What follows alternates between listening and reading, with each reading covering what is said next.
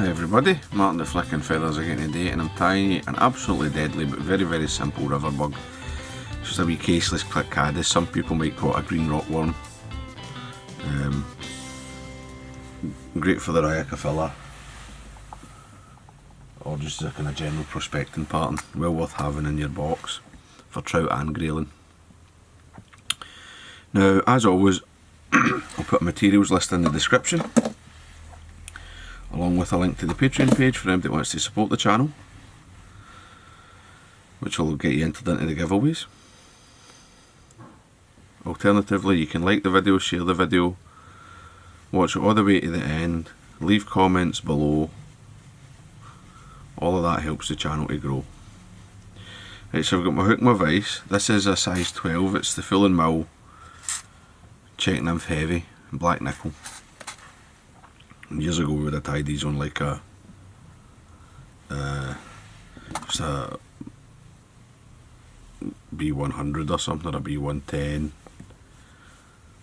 and I've just leaded a good chunk of the shank. Right, now I never counted my wraps. I just got a look. I want like roughly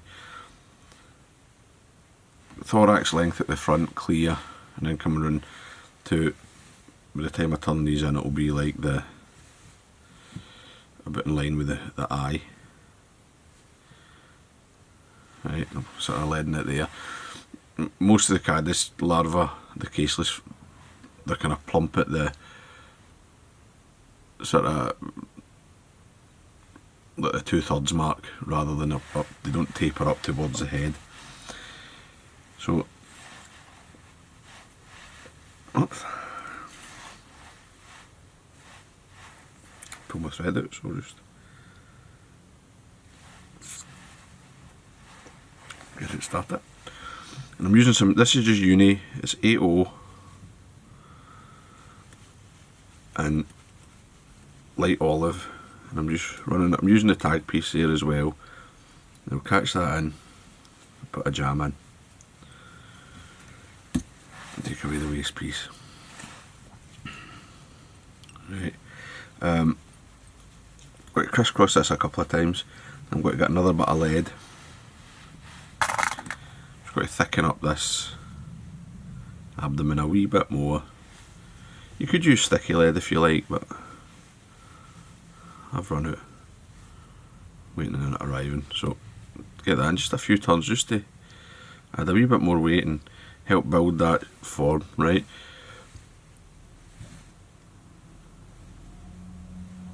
Don't need to be too fussy about how neat it is or anything like that. And we'll come up. Again, just lock it in, stop it moving. Just use my thumbnail to mash that tag end a wee bit better. Right. And I'm getting a good bed. I'm getting some thread on the hook as right to give me a grip. Don't want the pattern sliding.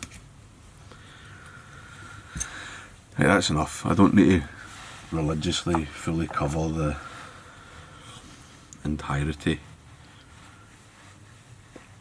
of the lead. I don't need to make it disappear. So I've got some brassy size green wire, or olive wire.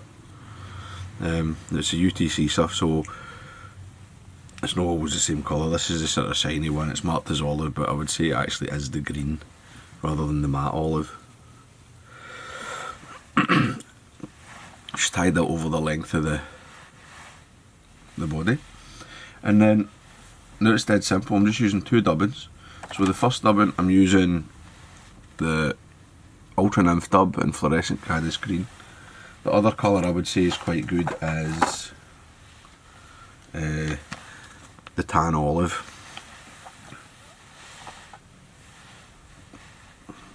So I'm going to get this on my thread. This is very reminiscent of the old Oliver Edwards masterclass blends, I think. Although there is a sort of a wee natural fibre in here, I think. But really like it. Nice and soft, dubs easy.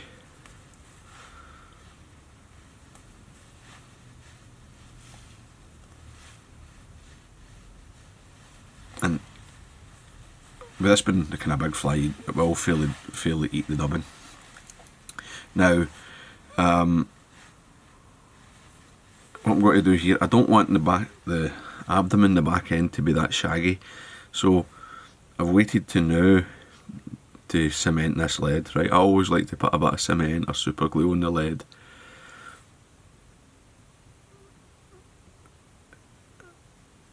On my weight it flies. If it's wire, if it's sticky back, you don't need to bother. But by waiting to now, what's going to happen is the abdomen's not going to end up that buggy.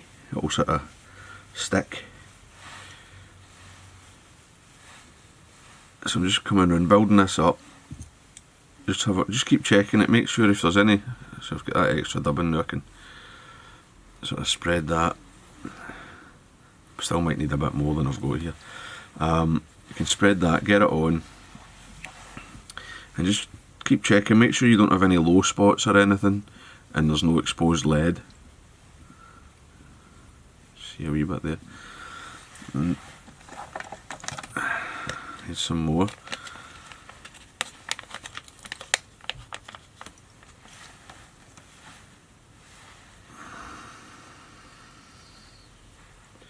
And I mean, you could add a hot spot, but this is fluorescent, right? So it's hot.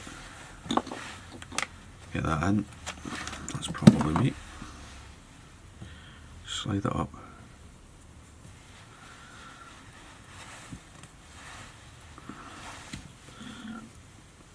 And this ultra nymph dubbing, you can pick it out, but it's no super buggy, which makes it ideal for things like this.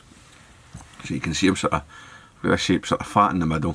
Nice caddis abdomen. Just run down to the eye. I'm going to switch my threads.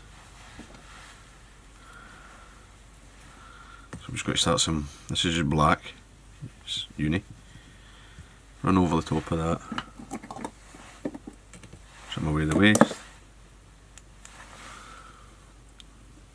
Any kind of sticking up fibres, I'm just going to trim them at the moment.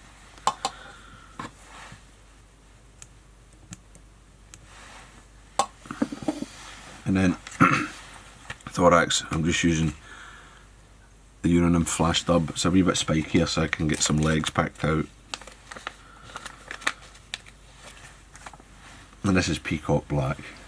Black bronze peacock. But I mean, use what you like. You could use just flash dub if you want. If you want it a bit sparklier.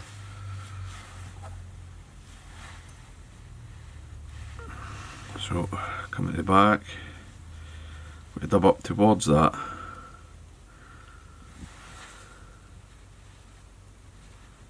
wee bit too much, so just take it off, tighten that up, come to there, and then run my thread through, just sort of tighten it.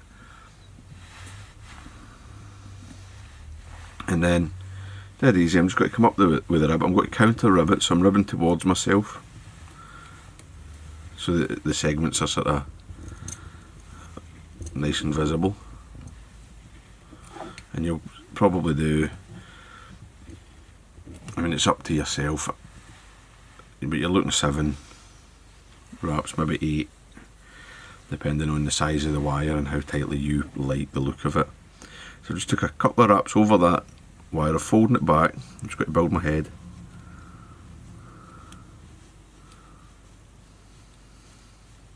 Try not to let it draw you back down the spiral.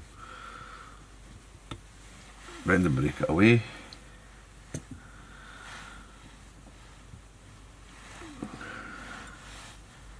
Just looking at it, it's nice. Now you could add a bit more dubbing, but what I actually like is to have a wee shiny head on it. You know, the caddis larva, they've got a wee distinct head, aside for their thorax. But there's a couple of wet finishes, right? Remember, this will be scooting along the gravel and all that at the bottom of the river. It'll get bashed about a bit. Just got to come in.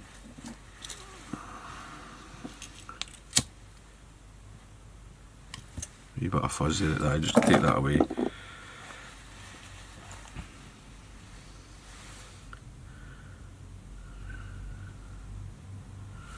Varnish.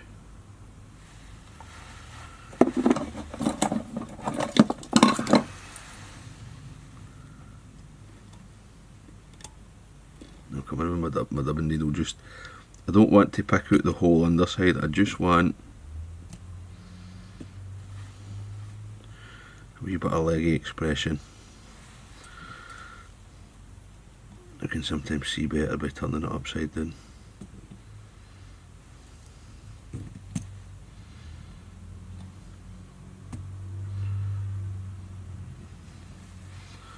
That'll do.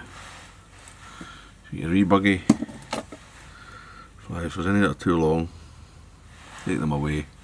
And there you go. I mean, it's simple. Very, very effective. You know, if you're tying a load of them, you would just lead all the hooks and tie them up. It's a 3-minute tie if you're not talking, really. Very worth having in your box. So I hope that was useful. Hope you enjoyed it. If you did, remember to give me a thumbs up below, and I'll see you for another one. Tight lines, guys. Bye.